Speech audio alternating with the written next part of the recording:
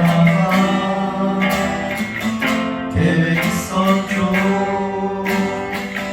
하나님께서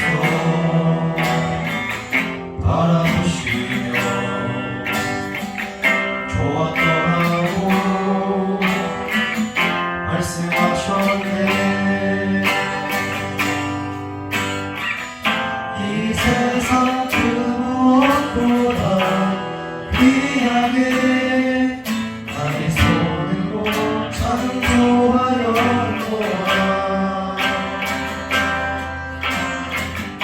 내가 너로 인하여 기뻐하노라.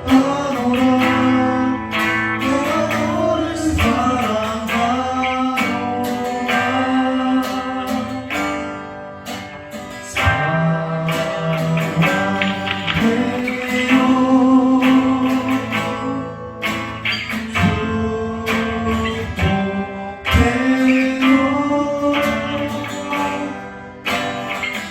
당신의 마음에 우리의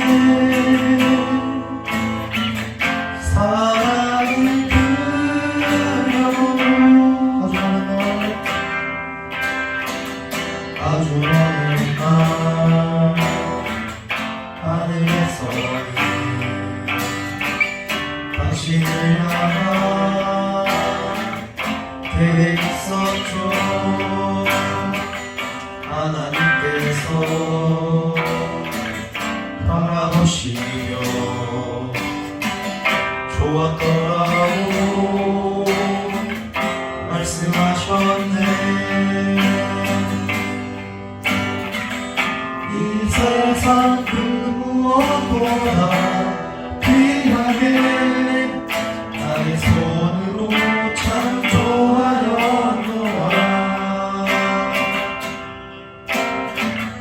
내가 너로 인하여 기뻐하노라. 내가 너를 사랑하노라.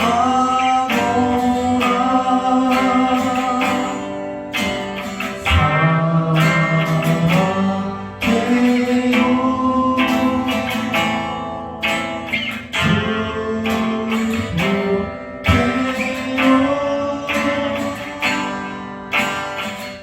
당신의 마음에 우리의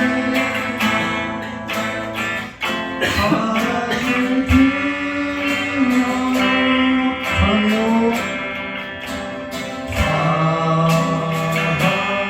사랑해요.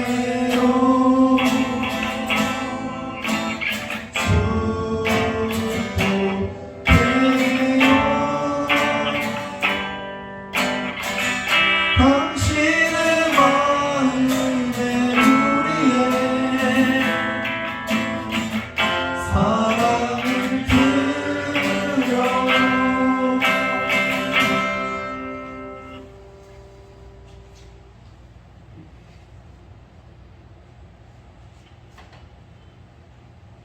알겠습니다. 하나, 둘, 셋.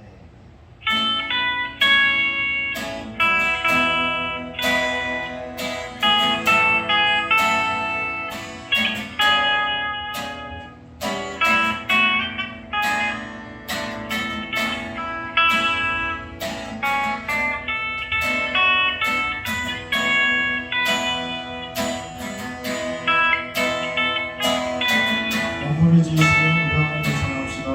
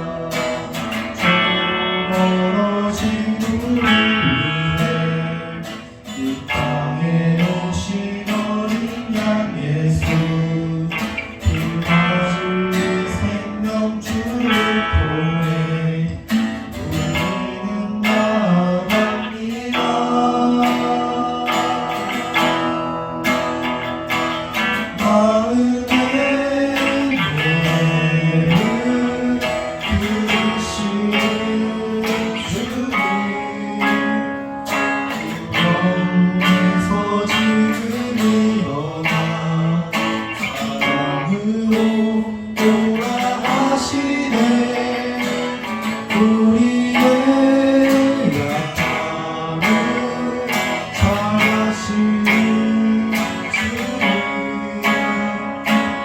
우리와 동행하시며 참 기쁨과 소망 주시는 주를 예배합니다 만물을 지으시고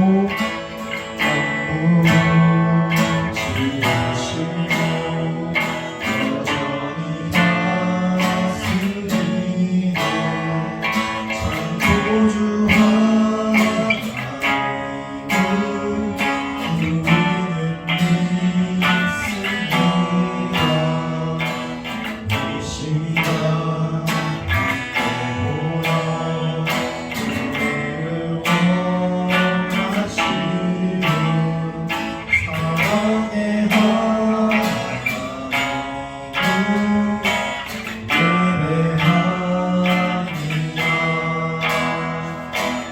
죄로 멀어진 우리를 위해 이 땅에 오신 어린 양 예수 그 가진 생명줄을 통해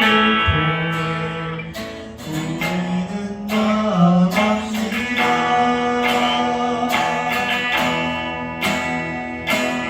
마음의 노래를 부르시는 주님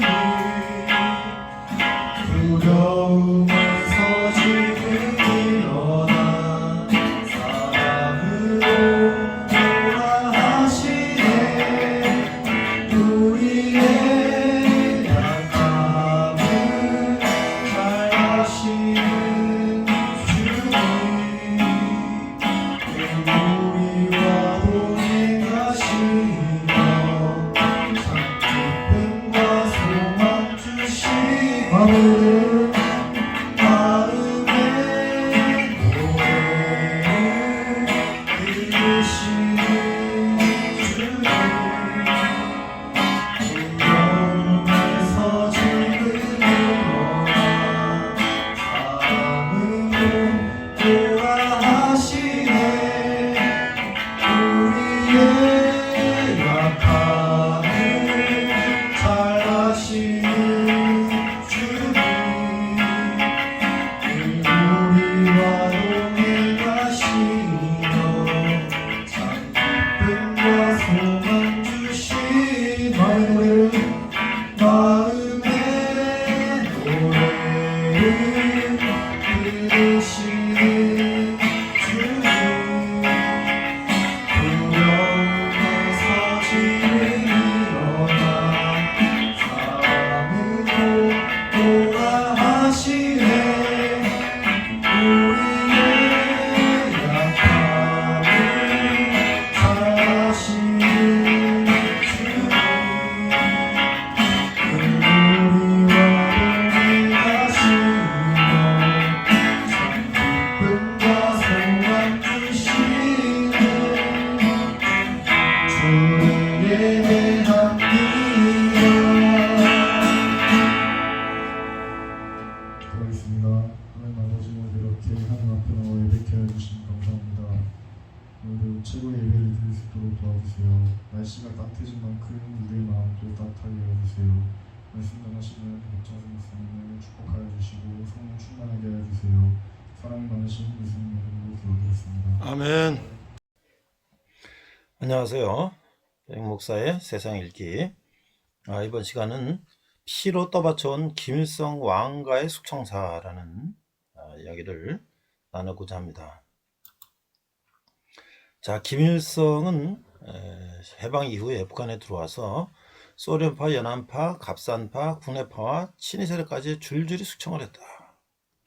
자, 김정일은 삼촌 계모까지 숙청을 했다. 심화조 사건으로 2만 5천 명을 제거했다. 자, 김정은은 고무부를 고사총으로 처형하고 아주 강도를 높여서 체제 몰락을 부를 수도 있다. 자, 북한 현대 정치사는 숙청의 역사라고 해도 무방할 정도로 피비린내 나는 처형과 암살이 반복됐다. 무자비한 숙청은 김일성과 김정일, 김정은 3대 세세 왕조를 떠받치는 핵심 수단이다. 자, 김일성은 1948년 북한에 공산주의 정권이 수립된 뒤 김일성 수령 유일체계가 확립된 1960년대 말까지 김일성은 정권 창출 공동 세력들을 제거하고 1인 독재를 공고히 하는 데 집중했다. 해방 직후 소련군을 등에 업고 북한에 들어온 김일성은 지지 기반이 약했어요. 당시 북한 지도부에는 소련파, 연안파, 갑산파, 군해파 등 4개 계파가 활동을 했었는데 정권 초반 북한은 이들 계파들의 연합정권 성격을 띄었어요. 김일성은 중국에서 활동했던 연안파 중심의 조선신민당과 남선노동당, 남노당 등을 통합해서 조선노동당을 창설하고 당 중앙위원회 위원장에 올랐어요. 이후 김일성은 1인 지배체제 확립을 위해서 각 계파들을 단계적으로 제거해 나갔던 것이죠. 1955년까지 박헌영, 이승엽 등 남노당 계열 간부들을 처형 작업이 이루어졌어요. 자, 미제의 간첩이다라는 명목을 내걸었죠. 유효 남침 실패로 자신의 정치적 위기를 모면하려는 목적이 강했다라는 것이죠. 또 소련파인 박창옥 전 내각 부수상이 남노당 제거에 앞장을 섰어요. 그는 허가이 등 같은 소련파 제거에도 관여를 했고, 그러나 박창옥도 김일성에게 결국 당했어요. 그는 1956년 8월 당 중앙위원회 전원회에서 김두봉, 최창익 등 연합파 손잡고 김일성이 독재 정면으로 도전하다가 반당 종파분자로 낙인 찍혀서 숙청이 됐던 것이죠. 김일성은 1958년 3월 1일 1차 당 대표자 회의를 계기로 연합파, 소련파는 물론 오기섭을 비롯한 국내파까지 모조리 제거했던 것이죠. 1960년대 들어와 김일성 친위 부대인 갑산파, 빠치산파만 남았죠. 김일성은 1967년 항일운동을 함께했던 노동당 2인자 박금철과 이효순 등 갑산파 주요 인물들도 제거됐어요. 이들은 자기 세력을 확장하려다 종파 분열로 몰렸죠. 갑산파 제거로 제1지배체제를 확립한 김일성은 1969년에는 김창봉 민족보위상 국방장관인데 허봉학 군 정치총국장 등 군부 실세들을 수령의 권위도전과 군벌주의라는 제목으로 제거했던 것이죠. 1인 독재체제를 공고히 한 김일성은 1970년대 들어 아들인 김정일에게 권력을 차례차례 넘겨주기 시작했던 것이죠. 김정일은 1973년 9월 노동당 선전비서 겸 조직지도부장에 올랐죠. 이듬해 2월엔 당 중앙위원회에서 김정일을 후계자로 추대하는 결정서가 채택된 것이죠. 자, 김정일도 후계 승계에 걸림돌이 될 만한 인물을 제거해 놨었어요. 후계자 경쟁을 벌였던 삼촌 김영주를 자강도로 추방했고, 김영주를 추종했던 김동규 부주석과 류장식 대남비서 등도 숙청했어요. 이복 동생 김평일을 후계자로 옹립하려던 계모 김성애의 세력을 제거하기 위한 광범위한 숙청 작업도 단행했죠. 김평일은 동독으로 쫓겨났고, 김평일은 헝가리, 불가리아, 핀란드, 폴란드, 체코 등을 떠돌며 대사를 맡아왔어요. 그는 2015년 평양을 방문했는데 36년 만이었던 것이죠. 김정은의 이복 동생 김명일도 독일 주재 공관에서 근무하다가 2000년에 사망했다고 합니다. 김정일 체제에서 가장 주목받았던 숙청 작업은 1997년에 벌어졌던 심화조 사건인데, 당시 최문덕 사연정부 정치국장을 내세워서 대형 간첩단 사건을 조작했어요. 식량 부족으로 수많은 아사자를 낳았던 이른바 고난의 행군으로 민심이 흔들리자 이를 수습하기 위한 숙청 작업했던 것이죠. 서간인 전 노동당 농업담당비서, 서윤석 전 평양시당 책임비서, 문성술 본부당 책임비서, 김만금 부수석 등 나머지 시대의 인물들에게 무더기로 간첩 누명을 씌웠어요. 당 간부와 가족 등 2만 5천 명이 제거된 것으로 알려지고 있어요. 최문덕은 수많은 사건을 날조해 개인 원한을 갚기도 했어요. 후유증은 컸죠. 당에 충성한 간부들이 간첩과 반당 혁명군자라고 한다면 어떻게 나라가 지탱할 수 있었겠느냐는 거센 불만이 터져 나왔던 것이죠. 김정일은 보위사령부의 지시에서 심화조 사건을 전면 재검토할 것을 지시했죠. 최문덕의 공명심과 야망으로 날조됐다는 결론을 내렸어요. 김정일은 최문덕을 간첩으로 몰아 처형하고 심화조 사건 피해자들을 복권시켰어요. 최문덕은 극악한 사비를 마로 지목돼서 2000년 7월 13일 총살을 당했던 것이죠. 자, 이 김정은은 김정은의 포갑 정치는 도를 더했던 것이에요. 2013년 고모부 장성택을 고사총으로 처형하는 등 광결인 숙청이 이어졌던 것이죠. 현영철, 이용호, 김정각, 김영춘, 우동측 등 김정은을 떠받쳤던 측근들은 토사구팽이 되었어요. 당국에 따르면 김정은 집권 이후 처형된 고위 간부는 300여 명에 달하는 것으로 알려졌던 것이죠. 이복형 김정남 피살은 김정은 지시로 이루어진 것으로 추정되고 있어요. 유일체계 구축을 위해선 피부치도 제물로 바치는 게 김정은인 것이죠. 김정은은 아버지와 달리 중국도 의식하지 않는 듯 하는 것이죠. 중국이 경고에도 핵미사일 발사 실험을 강요했고 한미군 서훈련 때 아버지 김정일은 꼭꼭 숨었는데 한반도에 출격한 미국의 스텔스기, 전략 폭격기 등 무시무시한 전략 자산을 두려웠기 때문에. 근데 김정은은 한미 훈련 중에 보란듯이 공개 활동을 했지. 도널드 트럼프 미국 대통령과 아베 신조 일본 총리가 정상회담을 하는 도중 신형 탄도미사일을 쐈던 거예요. 이게 젊은 치일 수도 있다는 것이죠. 이 공포 정치는 양날의 칼인 것이죠. 유일체제를 뒷받침하는 핵심 수단이지만 권력층 내부에서 불안과 동요가 일어나면 체제를 무너뜨리는 요인이 될 수 있는 거예요. 공포정치에 익숙한 의존한 독재자들의 말로는 한결같이 비참했다는 사실은 역사가 잘 말해주고 있어요. 김정은 체제의 몰락이 순식간에 올 수도 있다고 하는 것이죠. 이 공포정치의 젊은 치기가 합쳐진다면 핵 미사일 위협이 언제 닥칠지도 모를 일이라고 하는 것이죠. 이에 대한 철저한 준비와 대응책 마련은 필수적이다라고 하는 것이에요. 이 내용은 한경의 홍영식 선임기자의 기사를 인용했어요. 이 피로 떠받친 이 김일성 왕가의 수청사, 이 권력을 잡기 위해서 자기 동지까지도 처형하고 하는 이런 이 공포 정치의 결론은 결국 본인들도 몰락으로 간다. 우리가 히틀러라든지 역대 독재자들, 네로라든지 모든 독재자들은 결국 말로는 비참했다고 하는 것을 역사는 우리에게 가르쳐주고 있는 것이죠. 이상 백목사의 세상 읽기였습니다.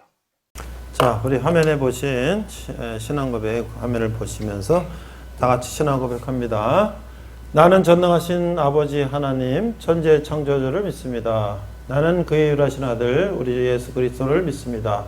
그는 성령으로 잉태되어 동정녀 마리아에게 나시고 본디오 빌라도에게 고난을 받아 십자가에 못 박혀 죽으시고 장사된 지 사흘 만에 죽은 자 가운데서 다시 살아나셨으며 하늘에 오르시어 전능하신 아버지 하나님 우편한 자 계시다가 저기로부터 살아있는 자와 죽은 자를 심판하러 오십니다. 나는 성령을 믿으며 거룩한 공교와 성도의 교제와 죄를 용서받는 것과 몸의 부활과 영생을 믿습니다. 아멘. 여기 선이 이게 지금 말려가지고요 잘 안 나오거든요. 저 다른 거를 줘보세요. 선이 안 말린 거로. 여기 이것도 있잖아요. 이 앞에 이것도 있죠.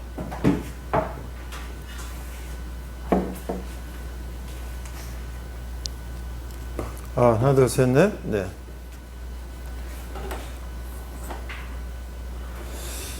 자, 우리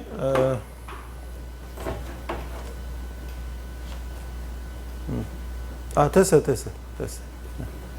자, 오늘 본문은 열왕기상 19장 16절 한 절인데요. 성경 찾은 사람 몇 쪽이에요?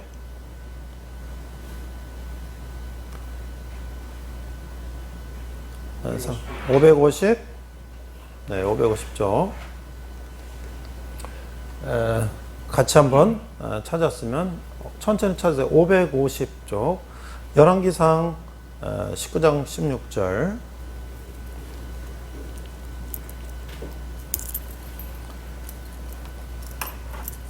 열왕기상, 열왕기하, 그 다음에 역대상, 역대하 이렇게 되는데 사무엘상, 사무엘하고 사이에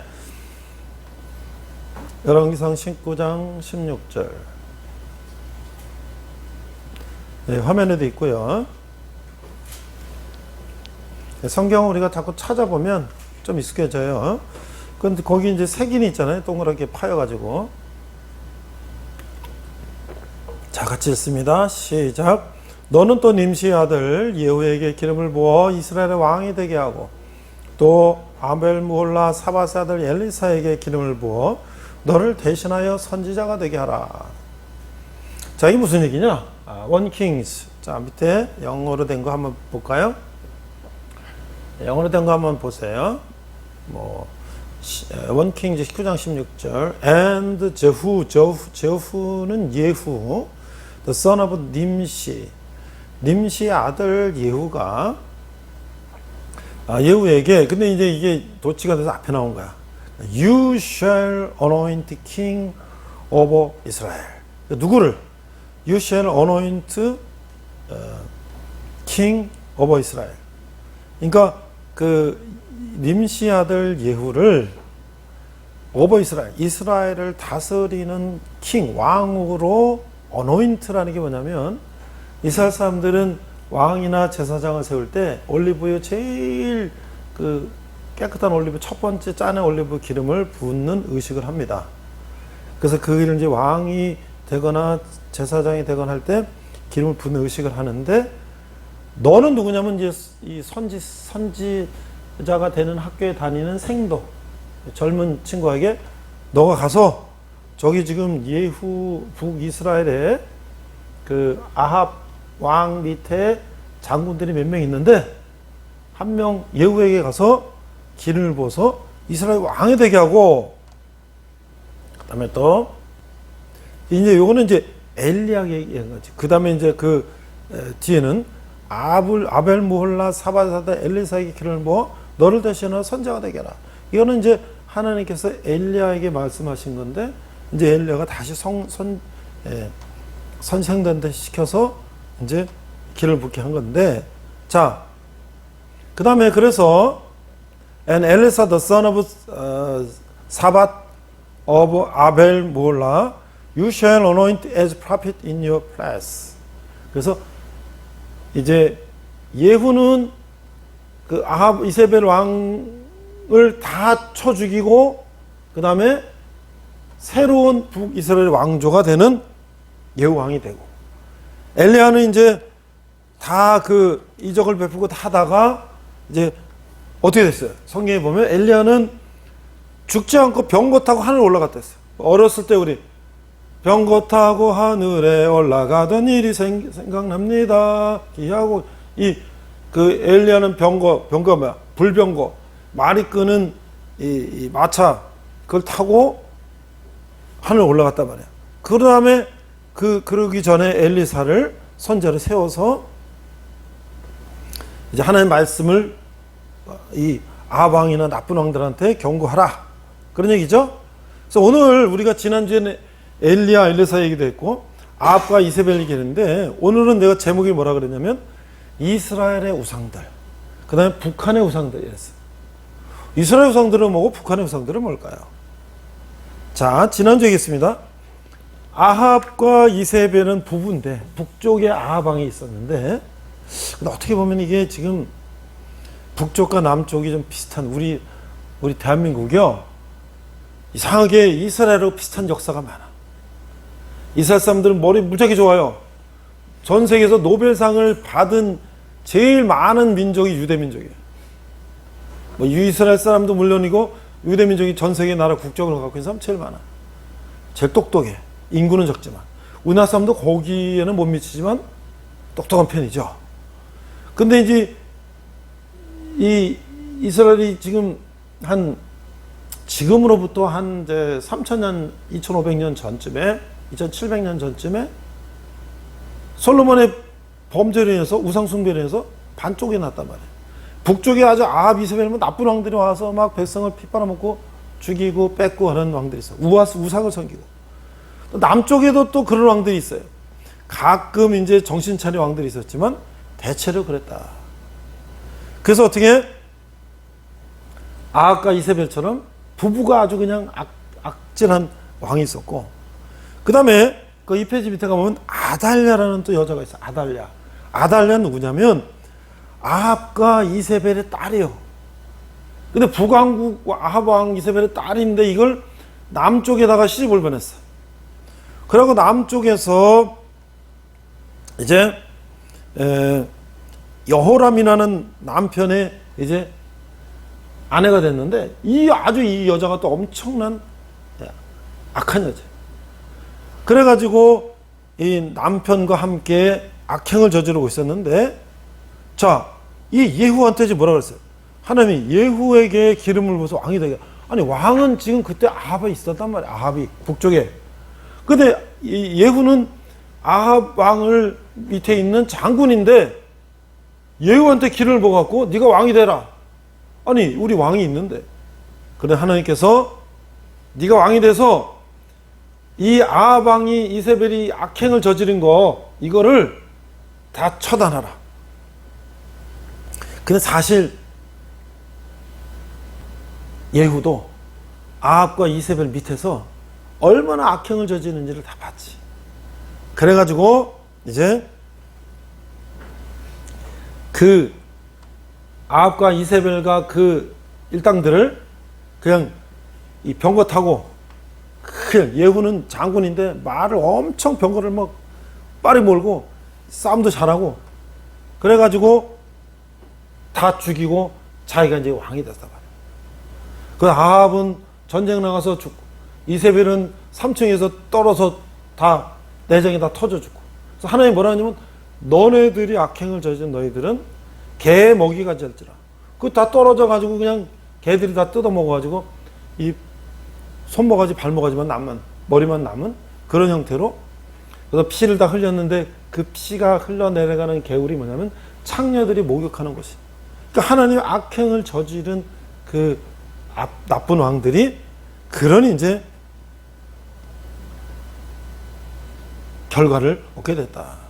그 남쪽에 또 시집온 아달랴 이 딸은 말이죠. 남편이 여호람이고 그 다음에 아들이 아샤인데, 예후가 와서 이제 하나님 명령을 받고 북쪽에 아합 왕 이세벨 다 처단하고, 또 남쪽에 와서 하나님을 거역하는 여호람과 아샤를 다 처단해버렸어. 그러니까 이 아달랴라는 여자는 뭐야? 어떻게 된 거야? 자기 남편 아들이 다 죽었잖아. 그러면 어떻게 왕위가 어떻게 가요? 손자로 가잖아, 손자로.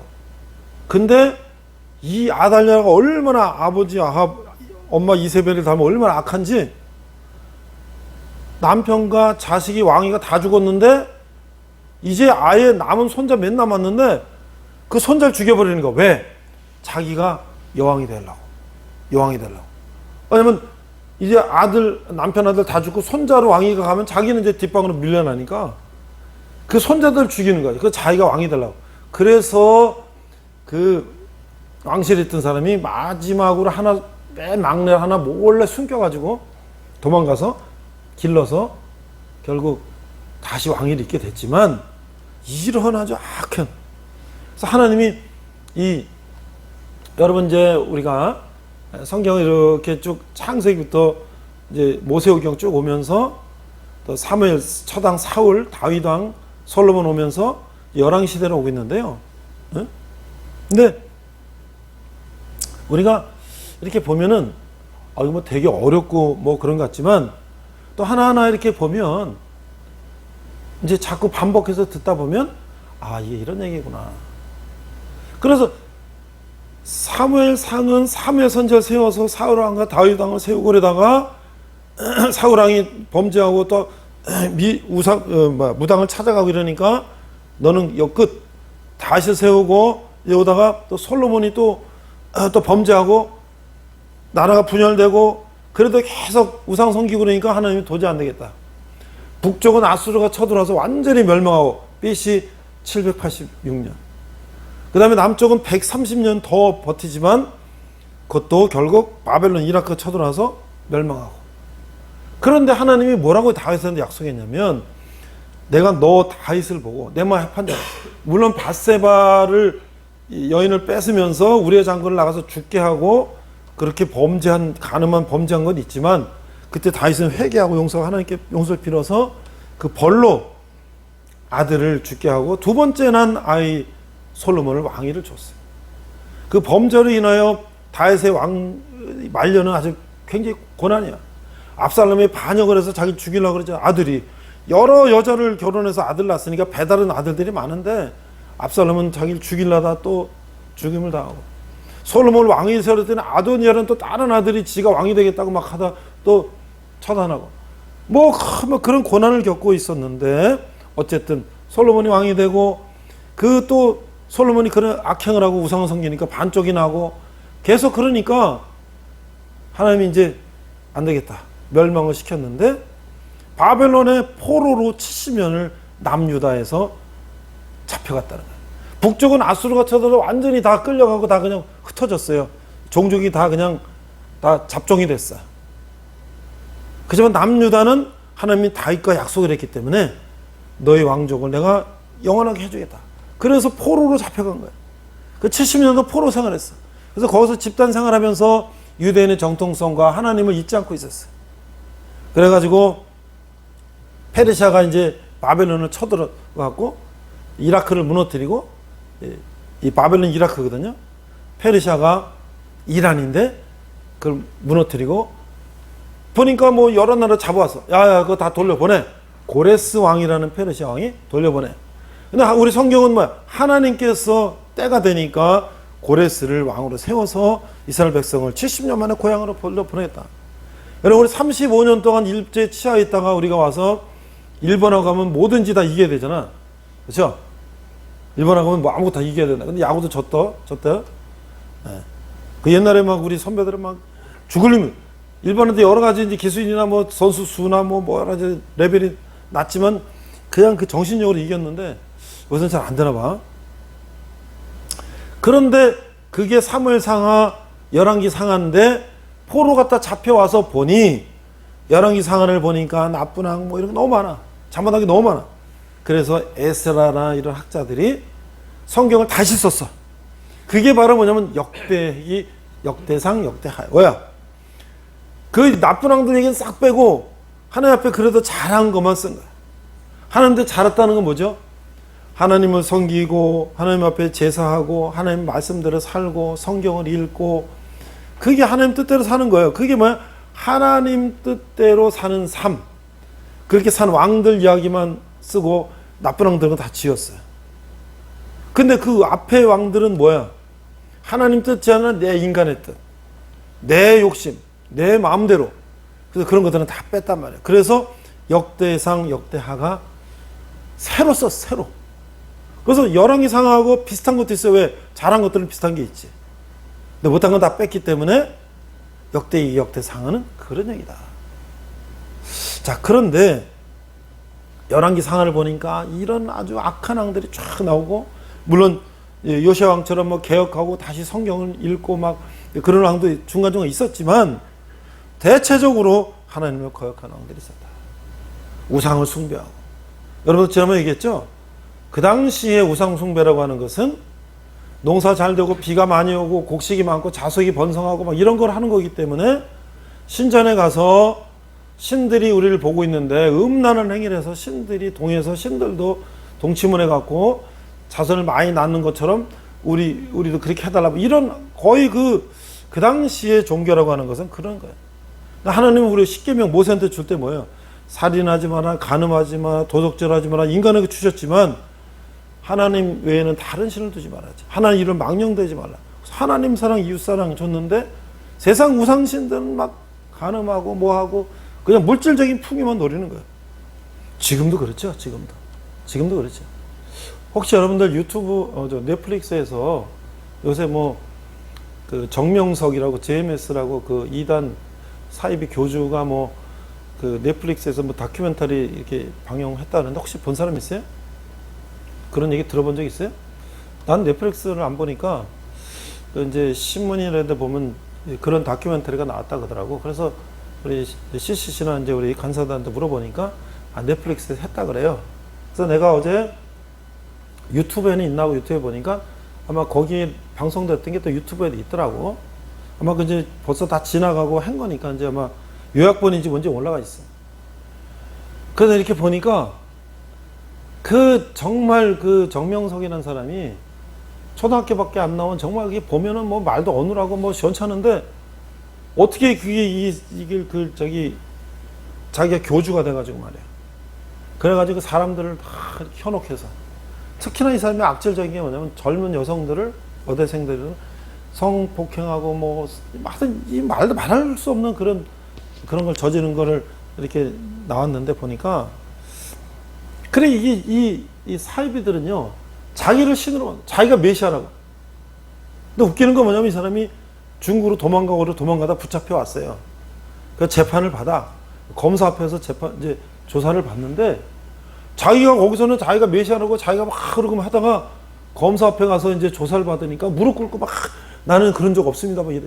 이게 참, 야, 이게 진짜 저 정도 수준인데 어떻게 사람들이 저기 엮여갖고 저런데 빠지는가. 그런데요, 종교적인 이단, 뺨치는 이단이 어디냐? 내가 그거를 이게 자료를 찾아보니까 이 북한이 지금 거의 뭐 전 세계 유일한 그냥 그 사이비 종교 국가지.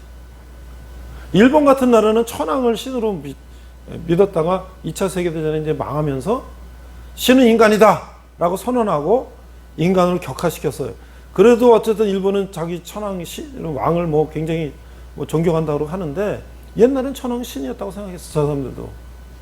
그 이제 2차 세계전을 통해서 예, 원자탄 맞고 이제 거기서 이제 망했는데 북한은 이제 아직도 지금 망하기 전이라서 저렇게 발악하고 있는데 내가 이제 위키 백과 이런 거 찾아봤어요. 그랬더니 상상을 초월하는 첫째, 이 우상을 하기 위해서는 어떻게 되냐? 자기의 정치적인 적을 다 제거해야 돼. 북한을 세울 때 뭐 연안파, 갑산파, 무슨 파, 남도당파 뭐 이렇게 다 연합해서 북한을 세웠단 말이야. 김일성은 소련군 뭐 대위인가 뭔가 이렇게 해갖고 들어왔기 때문에 젊은 나이에 기반이 약하잖아요. 그러니까 남노당 박헌영이나 뭐 중국에서 온 공산당 우리 조선 사람들 뭐 여러 파들을 합쳐서 조선노동당 중앙위원회 위원장 자기가 이제 소련이 이제 지배하면서 하니까 그렇게 세운 거지. 정권을 유지하다가 어떻게 자기 힘을 키우기 위해서 하나씩 처단하는 거예요. 반동분자, 미제국주의 앞잡이 뭐 이렇게 해갖고 하나씩 처단해서 자기랑 북한을 세워서 북한을 통치하던 사람들을 하나씩 저서히 제거하는 거야. 남노당 박헌영 뭐 이승엽이 다 제거하고 갑산파 뭐 이런 거 연안파 다 제거하고 자기가 이제 혼자 남았어. 그 다음 뭐 할까요? 내가 이제 위대한 수령님이 되는 거지. 근데 그냥 위대한 수령님 하면 좋은데 뭐 솔방울로 뭐 수류탄을 만들어서 뭐 돈 들어갖고 뭐 일본군을 뭐 어떻게 했다. 그 말이 안 되잖아. 그렇죠? 뭐 그렇게 이제 거짓말하기 시작하는 거지. 거짓말. 그거 이제 이 김일성이 독립운동을 해갖고 일본을 무너뜨렸다. 김일성이 독립운동에서 일본 무너뜨린 게 아니잖아요. 연합군이 원자폭탄 터뜨려서 일본이 망한 거잖아요. 뭐 그런 거짓말을 어마어마하게 하는 거지. 그래서 내가 찾아보니까 뭐 전국에 동상이 뭐 몇만 개를 세워놓고 뭐 나무에다가 김일성이 무슨 빤치산 항일운동을 했다는 게 나무에 뭐 이렇게 껍질을 벗기고 뭐 이렇게 써놨대. 옛날에 항일운동에 썼다고. 다 거짓말이지. 그런데 이 자료를 보니까요. 그 나무에 뭐 빨간 글씨로 항일 어쩌고 저쩌고 써놓은 거를 그게 이 수령님이 이제 한 거라고 그거를 기념물로 만들기 위해서 그 옆에 나무를 싹 다 베버리고 여기다가 유리로 탁 이렇게 뒤로 싸고 조명하고 그 다음에 거기 이제 냉온방 시스템을 갖추고 나무 하나를 관리하는데 1년에 2천만 원씩 든대. 그런 나무가 1,100개인가 얼마가 된대. 그럼 뭐야 도대체? 나무 하나 그 관리하는데 2천만 원씩 드는 게 1,100개인가 얼마 된다니까. 동상이 3만 개 전국에. 또 이 김일성은 죽었는데도 영원시 영생하신다. 영생탑, 높은 탑 같은 거요. 워싱턴 DC에 보면 오벨리스크라고 원래 그 저기 이집트에서 피라미드 스핑크스하고 그다음에 뾰족하게 높은 탑을 세우는데 워싱턴 DC도 이제 이집트 가서 돌하고 섞어서 그런 거 세웠는데 그런 거를 5,000개 전국 사업장에 다 세우고 전 세계에서 탑 세우는 건 최고. 북한이. 그러니까 이게 정말 이건 해도 너무한 거 아니냐 이거지. 김일성이 어디 가서 김정은이 어디 가서 앉았다 일어나면 이게 위대한 수령님이 앉았던 자리 여기 이제 명판이 붙고 기념물이 되는 거고. 뭐 누가 뭐 김정일이 무슨 어디 집에 가서 간장을 하나 이렇게 맛을 봤다 그러면 그 간장병이 기념물이 되는 거예요. 그러니까 이게 참 우상화가 이게 도대체 어느 정도인가. 사실 김정일은 저기 소련의 우스리스크라는 그 소련 거기서 이제 태어났는데, 지금 백두혈통은 뭐예요? 백두산 독립운동할 때 거기서 태어났. 그것도 거짓말이에요. 소련에서 태어났는데, 그러면서 자기네들이 백두혈통인데 이렇게 하면서 북한 모든 백성들을 완전히 광신도 집단에. 근데 그럼 우리가 생각할 때 아니 저거를 왜 저렇게 바보같이 저걸 하냐. 여러분들 전에요 부산 아시안게임에 북한의 여성들이 응원단으로 왔어요. 그래가지고 그때 이제 화해 무드로 이제 북한 이제 그 선수들 아시안게임 와가지고 하는데, 북한에서 특별히 선발된 젊은 여성들, 뭐 예쁜 여성들을 뽑아가지고 단체로 와서 응원하고 그런 적이 있었어요. 여러분들 아마 어렸을 때 그랬을 거예요. 그래서 뭐 짝짝이 치고 막 춤추고 박수 치고 뭐 똑같이 옷 입고 호텔에서 재우고 딱 운동장 가서 응원하고, 게임마다 북한 선수들 있는 가서 응원하고 그랬는데, 어이없는 일이 벌어졌어요. 뭐냐면 길에 플래카드가 있는데, 당연히 플래카드에 그때 남한 대통령이, 우리 대한민국 대통령이 누군지 모르겠는데 우리 대통령하고 북한 김정일하고 사진이 붙어 있고, 뭐 남북한 뭐 평화 어쩌고 저쩌고 이런 플래카드가 있는데, 길에 붙어 있는데 비가 막 오니까 그 비에 젖고 있어. 그런데 이 여성들이 그를 지나가다가 울고 난리가 났어. 왜? 우리 장군님이 지금 비를 맞고 있다 이거야, 초상화가. 그래가지고 막 그걸 띄워가지고 막 품에 안고 울고 막 그러면서 막 난리치고, 우리가 볼 때 아니 저거 플래카드인데 저거 뭐 비 맞으면 어때? 또 내일 날 개면 마를 건데? 이 사람들은요, 집안에 어렸을 때부터 집에 제일 중앙에 김일성, 김정일 초상화가 붙어 있는데, 거기 먼지 하나라도 붙어 있으면 걸리면 그냥 잡혀가는 거야. 그 이 불씨 검문 와가지고. 뭐 하여튼 그렇게 어렸을 때 세대 교육도 하고, 그거 또 대학생들은 무슨 김일성 무슨 뭐 이런 거를 외워서 시험을 쳐야 되는데, 그거 뭐 틀리면 잡혀가서 어디 수용소로 간다는 거야. 그러니까 매일매일 그런 속에 살았기 때문에 이 사람들이 완전 세뇌가 된 거죠. 그 내가 정명석이 그런 거나 이 북한 이런 거 보나, 이거 완전히 사입이구나, 사입이. 이게 이런 식으로 자기를 우상화시키고 하는 그런 세상이 오늘 21세기에 우리 한반도 북쪽에 있다는 거예요. 뭐 이름을 뭐 김일성 대학, 뭐 김책 공과대학, 뭐 김영직 사범대학, 자기 아버지 뭐 누구 다 이름 따고, 군도 이름도 다 뭐 김정숙 군, 뭐 무슨 김영직 군, 뭐 김영건 군 이름 다 바꾸고, 그죠? 전국에 이 바위에다가 막 김일성 장군 이름 다 세워놓고 깎아가지고 막 빨간 거치로 세우는데, 야 이거 나중에 통일되면은 저거 없애는데 저거 얼마나 저게 돈이 많이 들까. 그래서 김일성 이 평양에 김일성 60세 기념으로 높이가 23m짜리 동상을 세웠는데, 겉을 금으로 발랐대, 금으로. 같은 공산국가의 지도자가 와서 보고서, 아니 경제도 어렵다는데 남의 나라 맨날 우리 돈 달라 그러면서 여기다가 저 금을 발랐냐, 어떻게 해? 말도 안 되게. 그랬더니 이제 하도 그러니까 이제 그 금을 좀 벗겼다 그러는데, 여러분 우리가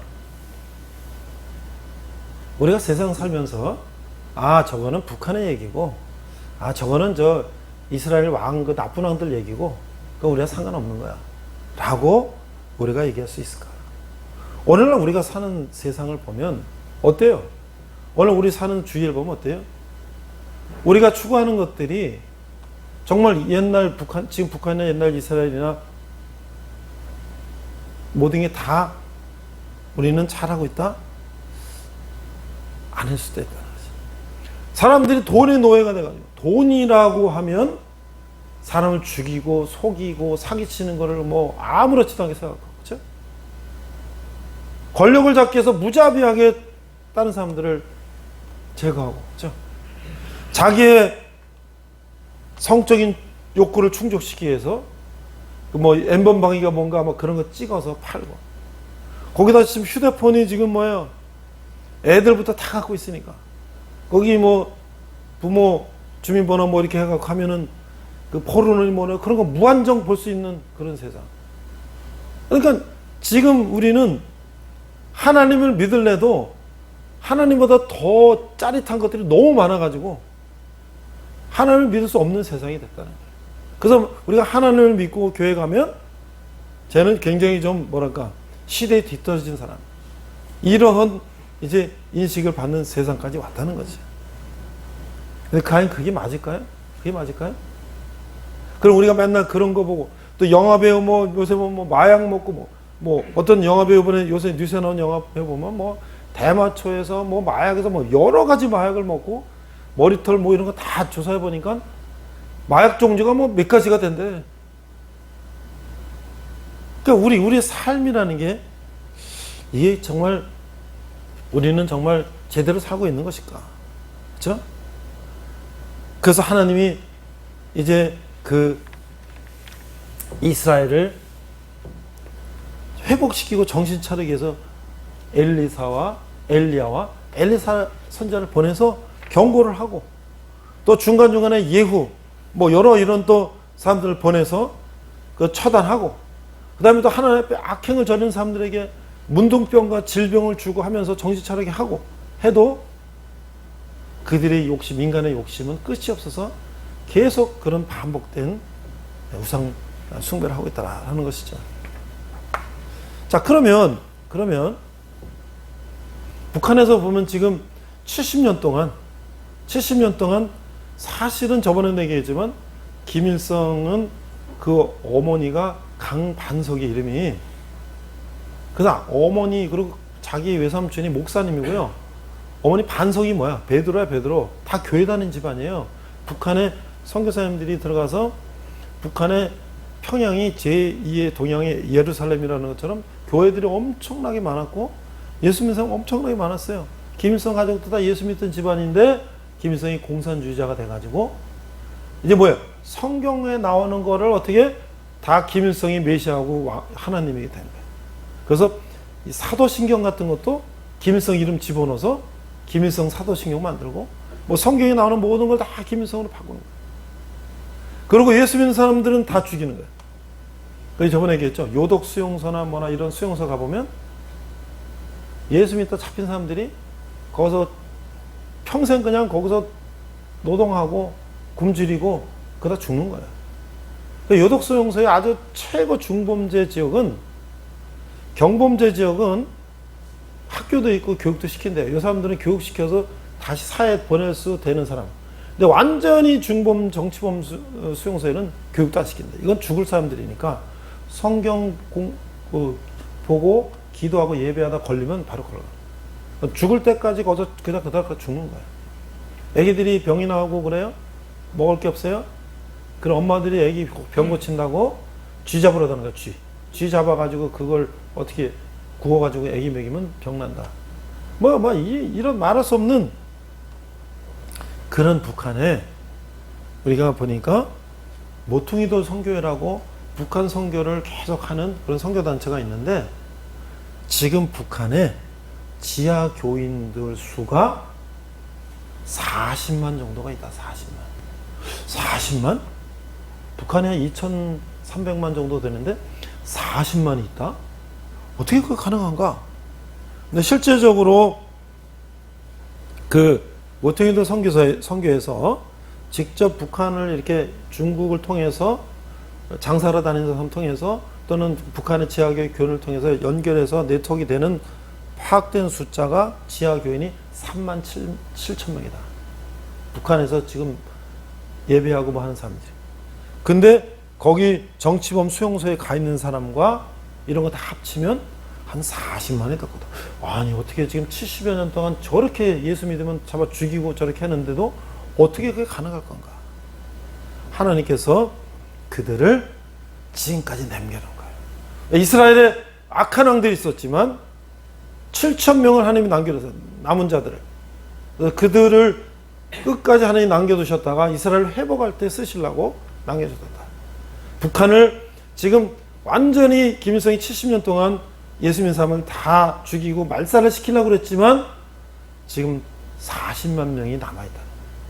언제인지 우리 알 수 없지만 이제 통일되고 다시 이제 남북이 통일될 때 우리가 가서 북한에 가서 이제 내가 목사라고 북한 가서 우리 부모님이 다 평안도니까 내가 북한 가서 평안도 가서 내가 설교하고 복음 전하는 거 하고 거기에서 탈북해가지고 죽을 고생하고 나와서 한국에 와서 이제 신학하고 공부한 목사님이 가서 설교하는 거 하고 누구 말이 더 통할까요?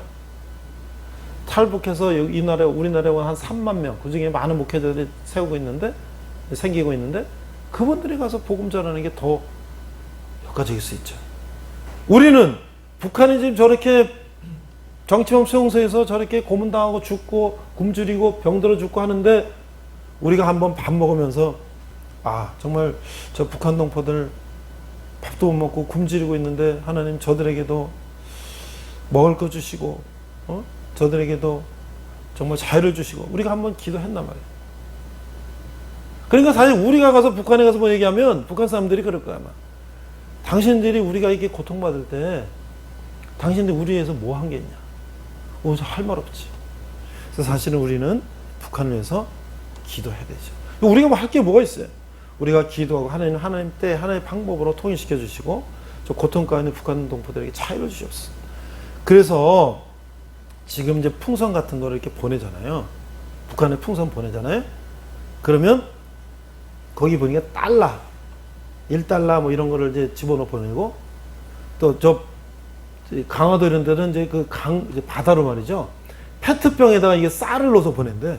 그 둥둥둥 떠서 그 쌀도 받아 먹고 그 안에 또 USB 집어넣고 삐라 넣어서 그러면 이제 이 공무원들이 북한의 공무원들이 그거 다 수거한대. 저 북한 군인들 다 수거한대. 그러니까 그 삐라 이런 거 다 불태워버리고 그런데 그 USB 넣은 거를 공무원들이 몰래 딱 이마에 포켓하고 나머지는 태운다는 거야. 그 집에 가서 USB를 꽂아가지고 컴퓨터로 북한에는 이제 TV 같은 거 USB만 꽂으면 이제 나오는 그런 TV 같은 게 있대. 그럼 거기서 뭐야? 우리 대한민국에서 유명한 드라마 이런 걸 보는 거지. 근데 보면 걸리면 바로 정치원 수용소 가는데도 숨어서 보는 거야. 그런데 여기에서 북한에 보낸 그 드라마 USB에는 중간중간에 광고가 들어간 게 아니고 남한의 역사 뭐 여러 가지 또 기독교 여러 가지 상황 이런 것들을 광고로 집어넣었다는 거예요. 그 드라마 막 보다 이제 결정적인 장면이 딱 나왔는데 드라마가 딱 끝나고 중간에 광고가 나오는데 한국의 여러 가지 교회라든지 뭐 한국에 잘 사는 거라 이런 게 나오는 거 보면 그 다음 이어질 때까지 기다릴 거 아니에요. 그 광고 보면서 지금 막 굉장히 막 결정적인 장면이 딱 끊어졌으니까 그 다음 언제 나오나 볼 거 아니에요. 그러면서 이 사람들이 공무원들이 어떻게 기독교를 접하게 된다는 거지. 그래서 북한에서 풍선에다 이런 거 보내지 말라고 막 난리치는 게 뭐예요? 그게 아주 그 내부 붕괴에 큰 문제가 생길 수 있기 때문에 북한의 김여정이 지난 정권 때 뭐야?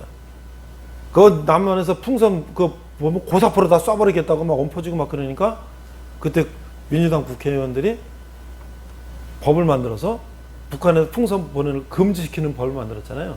그거는 유엔이나 전 세계에서 보면은 넌센스지 넌센스. 북한을 우리가 자유세계 정보를 주는 거를 북한 말 들어서 그거를 못하게 한다? 그거는 북한을 이롭게 하는 거지.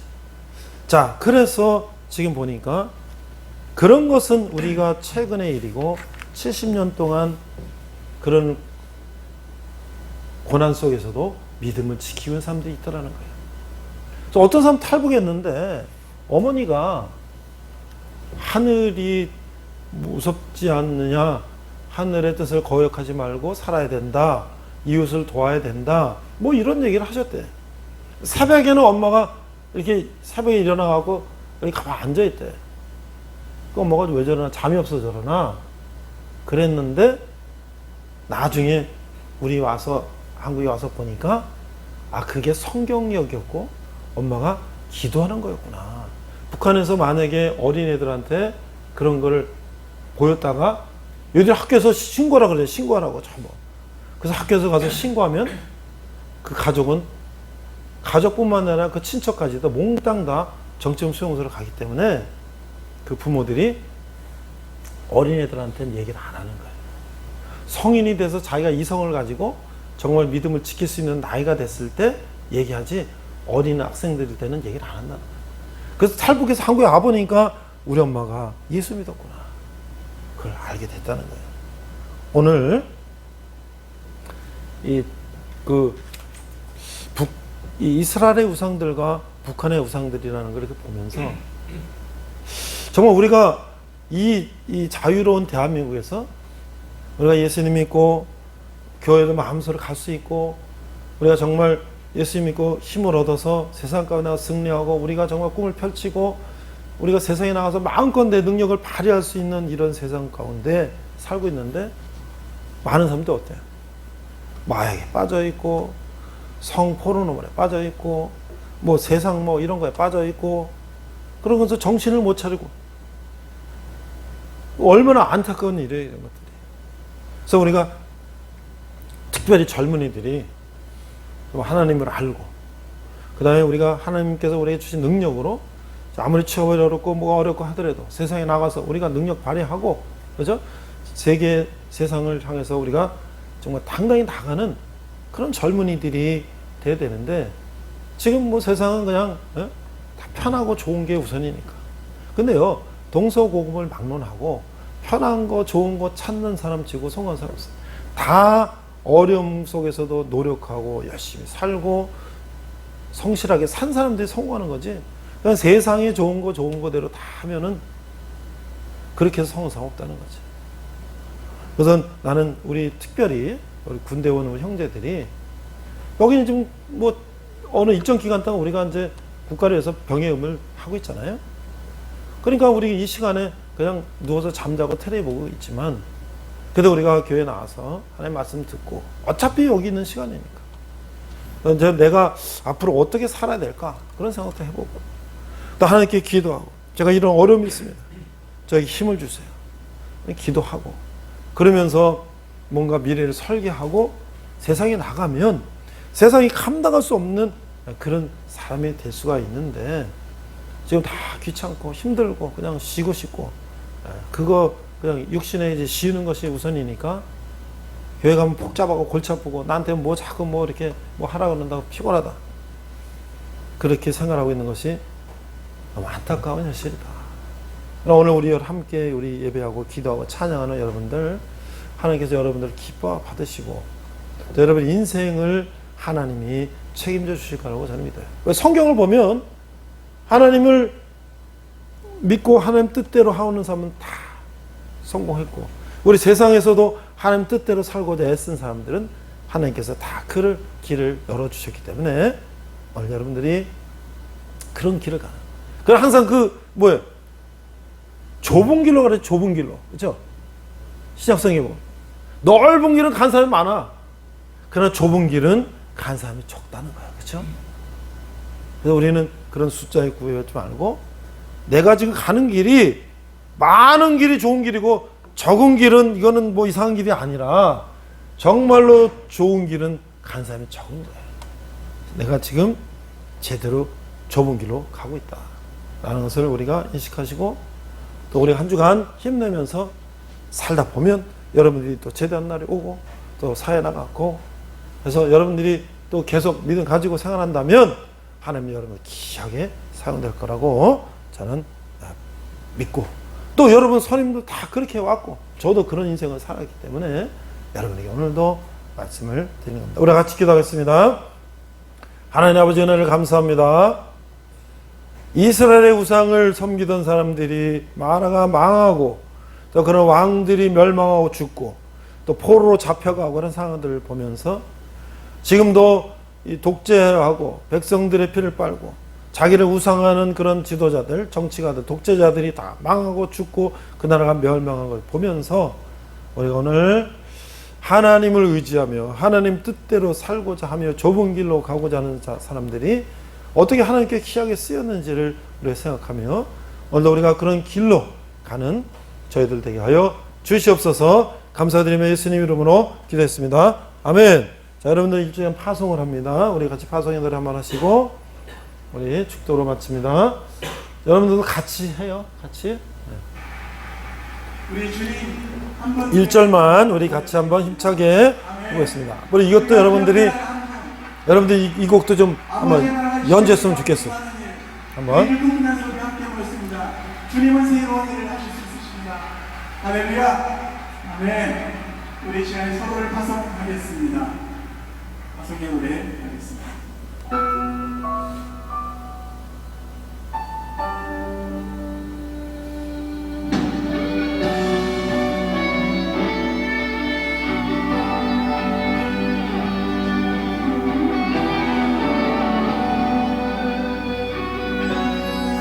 같이 해요.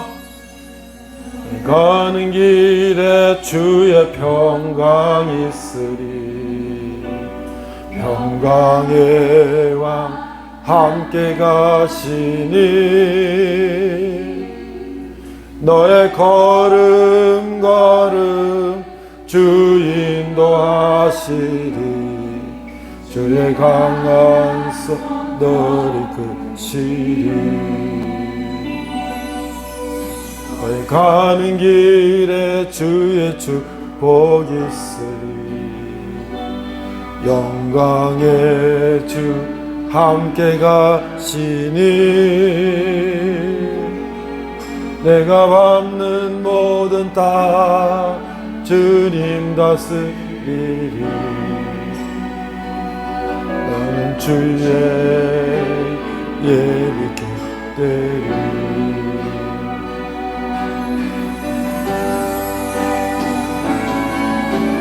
주님 나라 위하여 길 떠나는 나의 형제여 주께서 가라시니 는 가라 주의 이름으로 들은 광야 위에 꽃은 피어나고 세상은 내 안에서 주님의 영광 보리라. 강하고 담대하라. 세상 이기신 주 늘 함께 너와 동행 하시며 내게 새 힘을 주시리. 기도합니다. 지금은 우리 주 예수 그리스도의 은혜와 하나님 아버지의 극진하신 사랑과 성령님의 가마감동 역사하심이 세상의 우상들이 우리를 유혹하지만 우리가 하나님을 의지하며 하나님 뜻대로 살기로 다짐하는 우리 도와주는 형제들, 또 고향에서 울고서 보내놓고 건강하게 군대생활 잘하고 늘 기도하는 부모 형제 가족들 위해 열방의 백성들과 성교 사람들을 위해 특별히 북한에서 고통받는 북한 동포들 위해 지금부터 영원토록 함께 하시기를 간절히 축원합니다. 아멘. 아멘. 우리 하나님께 영광의 박수 드리겠습니다.